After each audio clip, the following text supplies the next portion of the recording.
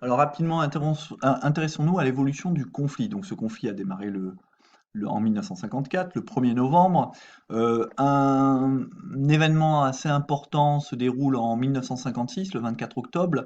Le 24 octobre, pardon, vous avez le détournement illégal d'un avion dans lequel, par l'armée française, l'armée aérienne française, d'un avion qui se rendait en direction du Caire, et dans lequel se trouvaient les principaux dirigeants du FLN, à savoir Ben Bella, Boudia, Faïd Ahmed, Lacharef et Equider. Donc, ils sont arrêtés par l'armée française et puis mis à l'isolement pendant le conflit. Ensuite, la situation s'envenimant et la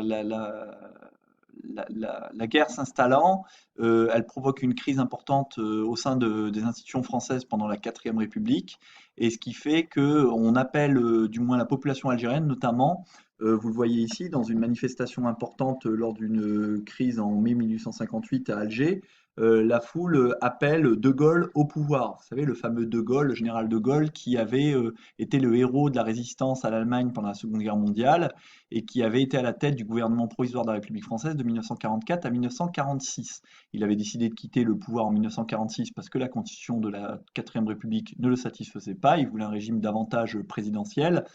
Et là, il est rappelé au pouvoir en 1958 et c'est lui qui va prendre en quelque sorte les affaires en main pour essayer de résoudre la crise algérienne. Donc il va fonder au passage la Cinquième République, dans laquelle nous sommes toujours aujourd'hui, hein, et puis il sera d'ailleurs élu le premier président de la Cinquième République.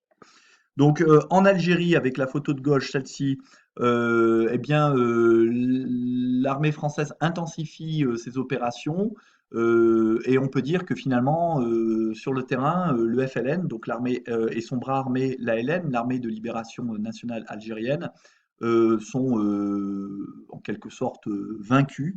Euh, et la France a repris en quelque sorte possession de son territoire et a chassé en grande partie la résistance du FLN. Mais malgré tout, si la guerre est gagnée entre guillemets militairement, diplomatiquement, la France est en train de la perdre. Les États qui viennent d'avoir leur indépendance, sur lesquels on a travaillé dans la partie sur la décolonisation, eh bien, ces États, notamment réunis au sein de la conférence des pays non alignés de Bandung en 1955, souhaitent que la France libère ses colonies d'Afrique du Nord, puisque cette conférence avait lieu en 1955 et la France avait alors encore le Maroc, l'Algérie et la Tunisie comme colonies. On sait que le Maroc et la Tunisie, ça a été fait dès 1956, mais l'Algérie n'est toujours pas indépendante. L'ONU, dans sa charte, prône eh bien, le droit à chaque peuple d'avoir sa propre souveraineté. Nous sommes également au sein de la guerre froide et les deux géants que sont l'URSS et les États-Unis sont tous les deux contre la colonisation. Donc finalement, la France se sent un peu toute seule et lâchée de toutes parts. C'est-à-dire que militairement, la France gagne la guerre, mais diplomatiquement, que ce soit l'ONU, que ce soit les deux grands, les deux super grands de la guerre froide, que ce soit les pays non alignés, c'est-à-dire les pays qui viennent d'avoir leur indépendance, les anciennes colonies, tout le monde est contre la France. Donc De Gaulle a compris à ce moment-là que nous sommes dans un pays où il y a entre 8 et 9 millions de musulmans pour 1 million d'Européens. La situation est intenable. Les Algériens veulent leur indépendance. Il a compris qu'il fallait offrir aux Algériens ce qu'on appelle l'autodétermination. C'est-à-dire, c'est aux Algériens de se déterminer, de voter pour savoir s'ils veulent continuer à rester sous la domination française ou alors ben, voguer de leur propre voile et diriger eux-mêmes leur chemin, quoi, en quelque sorte. Euh, il y a une célèbre phrase que prononce De Gaulle justement peu après son retour au pouvoir, hein. Il se rend à Alger et devant la foule en liesse de colons, notamment de pieds noirs, qui crient Algérie française. De Gaulle leur dit Je vous ai compris. Donc ben, les pieds noirs et les Européens qui sont à Alger disent bah, super, le général de Gaulle, comme il a sauvé la France en 1900, pendant la Deuxième Guerre mondiale, entre 40 et 45, eh bien il va sauver l'Algérie. Et puis en fait, euh, il les a plus ou moins trahis, si on peut dire. Il a surtout compris que, il fallait, accorder l'indépendance à l'Algérie et c'est ce qu'il va, s'évertuer, à faire et on arrivera, tout d'abord à un cessez-le-feu, et puis finalement le 5 juillet min le 5, donc il y aura les accords d'Évian d'abord qui vont être signés le 13, mars 1962, donc qui mettent fin à la guerre. Et puis l'Algérie obtient officiellement son indépendance le 5 juillet 1962. Donc on voit une photo qui montre la foule en liesse. Et là, ce coup-ci, on peut sortir le drapeau vert et blanc au croissant et à l'étoile rouge sans risquer de se faire tirer entre guillemets par l'armée française comme ça avait été le cas le 8 mai 1945. Ça n'empêchera pas par contre le début d'exactions, de vengeance, notamment dans une ville comme Oran, il y aura plusieurs dizaines, voire centaines d'Européens qui vont être pourchassés, massacrés. On va se livrer à une véritable chasse à l'Européen, un peu de la vengeance en quelque sorte, des populations algériennes qui viennent d'acquérir leur indépendance.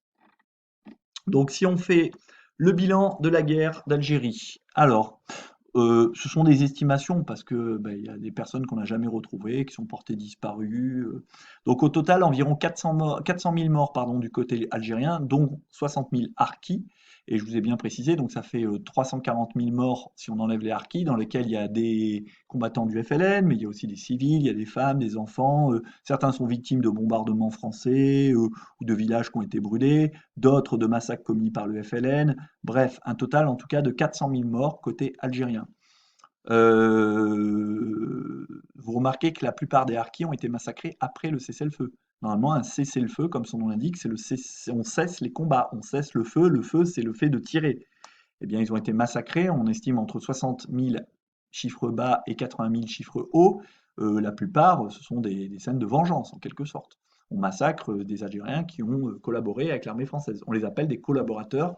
Et aujourd'hui encore, dans le langage courant en Algérie, quand un sportif français est d'origine algérienne et qu'il a le choix entre les deux sélections, notamment dans le foot, ça a été le cas du footballeur français Nabil Fekir, eh bien, quand il a choisi l'équipe de France, eh bien, la pire insulte qu'on pouvait trouver le concernant sur les réseaux sociaux, c'était espèce de sale harki. Donc vous voyez, en 2015, 55 ans, pardon, 53 ans après la fin de la guerre d'Algérie, eh bien, on en est encore à traiter un Algérien ou un Français d'origine algérienne de harki, c'est-à-dire en gros de collabo, s'il choisit de jouer dans l'équipe du pays dans lequel il est né, finalement. Si on revient sur mon bilan, on a 28 000 soldats français tués, dont beaucoup d'appelés, hein, donc de jeunes qui étaient. Dans l'armée française, il y avait des soldats professionnels, c'était leur métier, puis les appelés.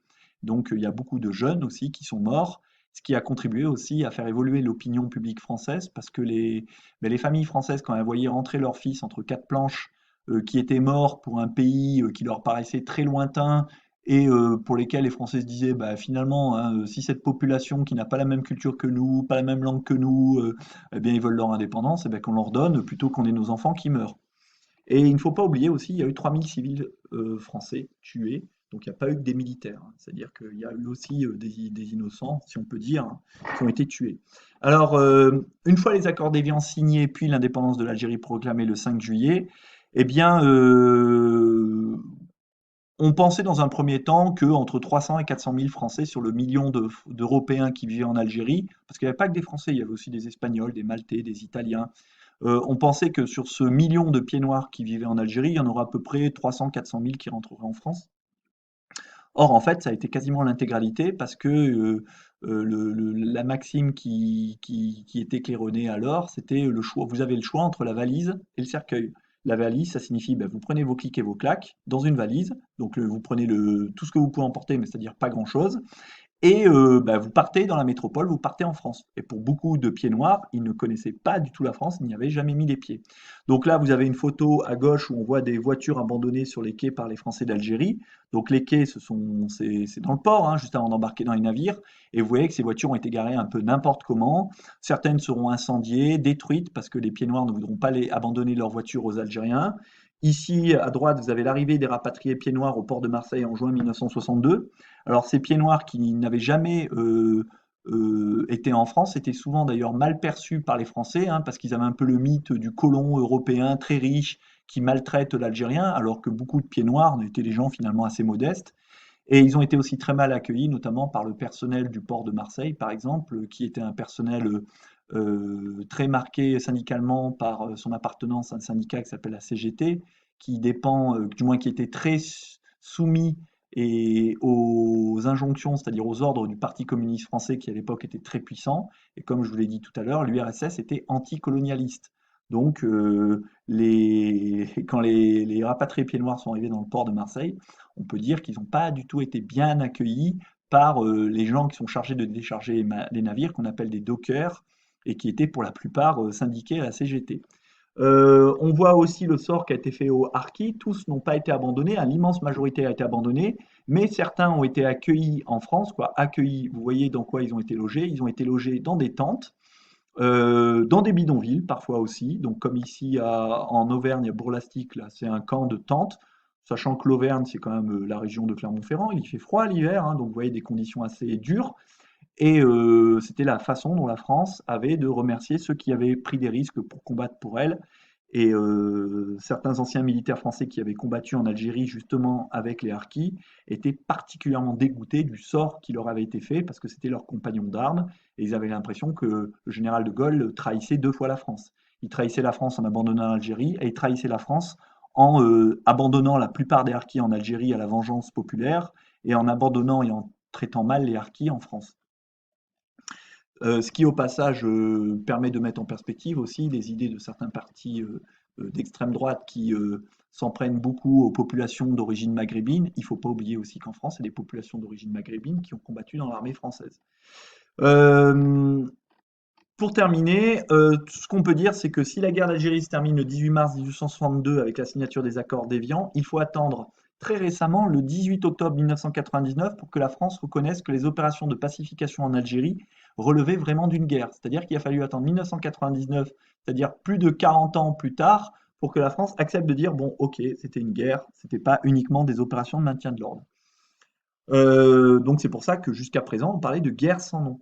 La responsabilité de la République dans l'usage de la torture se retrouve au devant de la scène à travers des révélations sans remords ni regrets, notamment d'un général français qui s'appelait le général Ossarès, qui a, dans un article paru dans le journal de référence Le Monde le 22 novembre 2000, a avoué avoir souvent pratiqué la torture et a dit « je l'ai fait sans remords ni regrets ».